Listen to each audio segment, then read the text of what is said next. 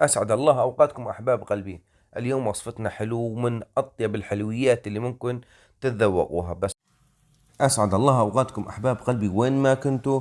بداية رمضان كريم، عاده الله علينا وعليكم بالخير، وتقبل الله منا ومنكم صالح الأعمال يا إخواني. وصفتنا اليوم العوامة. مشان ما نطول السيرة، بإذن الله وصفة راح تنال إعجابكم ومطلوبة كثير برمضان. شوفوا لي هالمنظر ما أحلاه.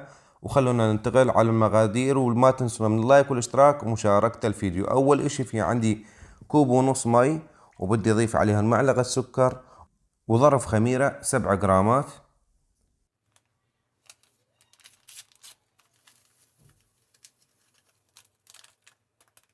وبحركهم شوي مثل ما نكون شايفين مشان السكر يذوب عندي والخميرة بتتفاعل بشكل أسرع. وبغطيها تقريبا لمدة 10 دقائق. وهلا بعد 10 دقائق بننتقل على المرحلة الثانية. شوفوا كيف الخميرة تفاعلت معي. بدي أضيف لها كوبين طحين ومعلقتين نشا، وبدي أضيف لها معلقة حليب باودر. وإذا ما توفر عندكم حليب الباودر بإمكانكم تضيفوا لها معلقتين زبادي. وكمان بدي أعطيها رشة ملح خفيفة. وهلا بدي اخلط المكونات حد ما يصير كل المكونات تروح وحدة، وبحصل على عجينة مطاطية. وبدي اضيف لها معلقتين زيت مشان يحسنوا قوام العجينة، وبنفس الوقت يعطوا القرشة للعوامة. معلقتين زيت كثير ضروريات نضيفهم بهذا الوقت. شوفوا كيف صارت عندي العجينة مطاطية بهذا الشكل. وصلنا للمرحلة اللي بدنا اياها. وهلا بدي اغطيها من نص ساعة لساعة حسب ما عندكم وقت مشان تتخمر عندي العجينة. وبنتقل على المرحلة اللي بعدها. هلا هون في عندي هون كيس الحلواني العادي يا اخواني، كلياتكم بتعرفوه.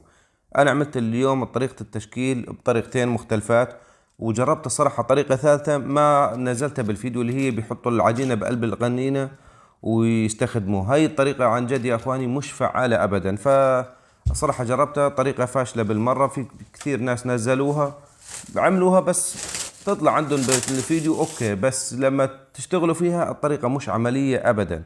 شوفوا هلا يا اخواني كيف العجينة صارت معي، اختمرت وصارت عجينة مطاطية. وهي النقطة اللي بدنا نوصل لها.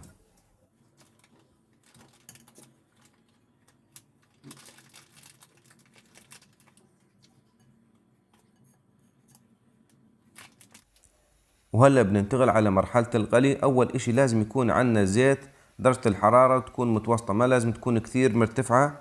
شوفوا الطريقة عملية كثير، احتاج لمغص نظيف وبقطع بهذا الشكل. وإيدكم كمان لازم ما تكون مرتفعة كثير عن الزيت مشان قطعة العجين لما تنزل على الزيت ما يتناثر الزيت يمين وشمال وتحرقوا ايديكم. هاي الطريقة الثانية جربتها بكيس الحلواني، كمان كثير فعالة وسلسة كثير. وفي طريقة ثالثة شفتها وكمان جربتها، اللي هي الخيط. بيشدوا خيط على أطراف المقلاية من الجنبين، وبيصيروا يعدوا عليه كيس الحلواني أو الكيس العادي أو القنينة. طريقة صراحة فاشلة فاشلة فاشلة. بتطلع معكم أشكال ما خاصة بالعوامة أبدا. هلا حكينا بطرق التشكيل اللي حاليا منتشرة على اليوتيوب، والنقطة الأهم اللي بدنا نحصل عليها اللي هي قرشة العوامة. بدي أغلي العوامة نص تغلاية مثل ما نكون شايفين، وبحطها على جنب، بخليها تبرد من 5 دقائق ل10 دقائق، وبرجعها مرة ثانية على زيت مشان نحصل على القرشة المطلوبة. هلا مثل ما نكون شايفين رجعتها مرة ثانية على زيت، وهيك بنحصل على القرشة المطلوبة يا اخواني. هلا بعد ما رجعنا العوامة على زيت بدي ظل بحركها بشكل مستمر بهي الطريقة مثل ما نكون شايفين مشان نحصل على لون موحد لحبة العوامة.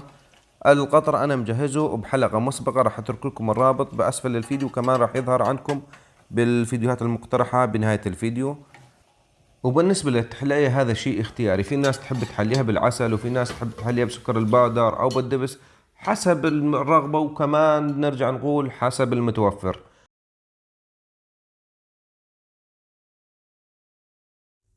أسعد الله أوقاتكم أحباب قلبي. اليوم وصفتنا حلو من أطيب الحلويات اللي ممكن تتذوقوها. بسبوسة محشية بس بطريقة جديدة ومبتكرة وكثير حلوة وكثير طيبة. بتمنى منكم إذا عجبكم الفيديو ما تنسونا من اللايك والاشتراك ومشاركة الفيديو. وخلونا نبدأ وصفتنا على باركة الله. أول إشي خلونا نعمل القطر أو الشيرة كيف ما بتحبوا تسموه. بحتاج لكوبين سكر، كوب مي. أول ما يغلي المي عندي شوي بدي اضيف عصير الليمون تقريبا قدر معلقة طعام من عصير الليمون، مثل ما انكم شايفين تقريبا معلقة طعام.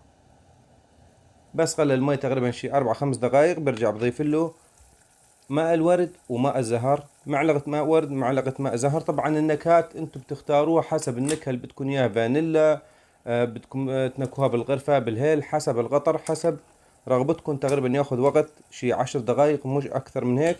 والقوام انتم بامكانكم تخلوه القوام خفيف مثل هيك، او تخلوه يكون اسمك حسب رغبتكم حسب طلبكم. بسم الله الرحمن الرحيم. بننتقل على المرحلة الثانية واللي هي تجهيز خليط البسبوسة. احتاج لكوب سميد، كوب ونص طحين. اي حدا فيكم يا اخواني يجرب هي الوصفة يكتب رأيه بالتعليقات لتعمل فائدة على الجميع. معلقة سكر ومعلقة فانيلا، طبعا قدر معلقة طعام، وبخلطون لحد ما تتجانس كل المكونات بشكل كثير منيح مع بعضهم. اول شي بخلط المكونات تتجافى، وبعدين برجع بضيف المكونات السائلة. المكونات والمقادير بتلاقوهن بصندوق الوصف، وكمان راح اترك لكم اياهم مثبتين باول تعليق. نصف كوب لبن، بدي اضيف عليه نصف كوب زبدة، تقريبا معلقتين 3 معالق زبدة، ويفضل تكون الزبدة حيوانية. وكمان برجع بضيف له بيضة. وهون في عندي كمان بدي ارجع اضيف السمنة الحيوانية نصف كوب ربع كوب حسب الرغبة، لكن ضرورية جدا. وبدي اضيف له كمان معلقة بيكنج باودر، بخفقون كثير منيح مثل ما انكم شايفين لحد ما تتجانس عندي كل المكونات ويصير عندي بهذا القوام. بغطيها وبحطها على جنب تقريبا من نص ساعة لساعة حسب وقتكم. وهلا بدنا نجهز الحشوة. في عندي تقريبا قدر 100 غرام من الجوز، بدي افرمه فرم ناعم مثل ما انكم شايفين، ما يكون كثير ناعم ولا يكون كثير حبات كبيرة، بهذا القدر مثل ما انكم شايفين بهذا الحجم. بدي اضيف له معلقة جوز الهند ومعلقة قرفة. بامكانكم كمان تضيفوا له معلقتين قطر مشان يصير القوام متماسك اكثر. وبامكانكم تستغنوا عن الحشوة كاملة، يعني هذا الشيء حسب رغبتكم، الشيء هذا اختياري.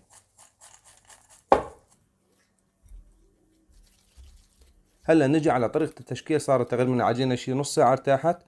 طريقة التشكيل أبسط من كلمة بسيطة، مثل ما نكون شايفين هيك. نفردها بإيدنا بهذا الشكل ونرجع نلمها، نحط الحشوة ونلمها بهاي الطريقة. طريقة تكويرها كثير بسيطة، ما في داعي تعملوا فيها أشكال هندسية ولا أي إشي. هي بلحالها راح تطلع لما تحطوها بقلب الفرن راح تطلع شكلها كثير حلو، شكل دائري. مثل ما نكون شايفين طريقتها كثير بسيطة وسهلة. إذا شفتوا قوام العجينة طري شوي، بإمكانكم تضيفوا له معلقة سميد أو معلقتين سميد، ما في أي مشكلة. وكمان بإمكانكم تضيفوا له قبل التشكيل بشوي، ما بيأثر. يعني معلقة سميد ما بتأثر أو معلقتين كمان بيعطوا نتيجة كويسة. هلا بدي أدخلهم على الفرن المحمى مسبقا على درجة حرارة 200 لمدة 20 دقيقة. هيك صاروا جاهزين عندي. بعد 20 دقيقة بدي أضيف لهم القطر،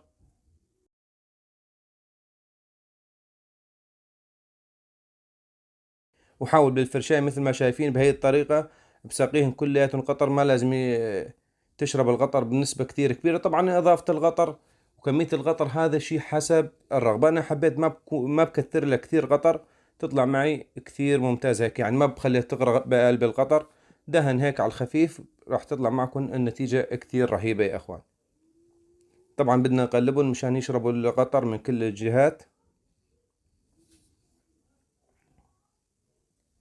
وهيك المنظر الحلو صار قدامنا، وصار تقريبا في نقولكم وصفتنا جاهزة. وانا حبيت اقدم لكم اياها بهي الطريقة. طريقة التزيين اختيارية، بامكانكم تضيفوا لها سمسم، جوز الهند، المكسرات، تضيفوا لها قشطة من فوق حسب رغبتكم، وهذا شيء اختياري. لكن شو ما ضفتوا عليها النتيجة راح تطلع عندكم رهيبة جدا. اتبعوا هاي الطريقة يا اخوان، باذن الله راح تطلع عندكم النتيجة كثير رائعة. شوف المنظر ما شاء الله قدامكم. وهيك بتكون خلصت حلقتنا لليوم يا اخواني. ونصيحة اخوية، جربوا هاي الوصفة باذن الله راح تكونوا كثير مبسوطين فيها. واي واحد فيكم يجرب هاي الوصفة اتمنى منه يكتب رأيه بالتعليقات لتعمل فائدة على الجميع. ويا ريت تشاهدوا الفيديوهات المقترحة امامكم لدعم القناة. دمتم في رعاية الله، والسلام عليكم ورحمة الله وبركاته.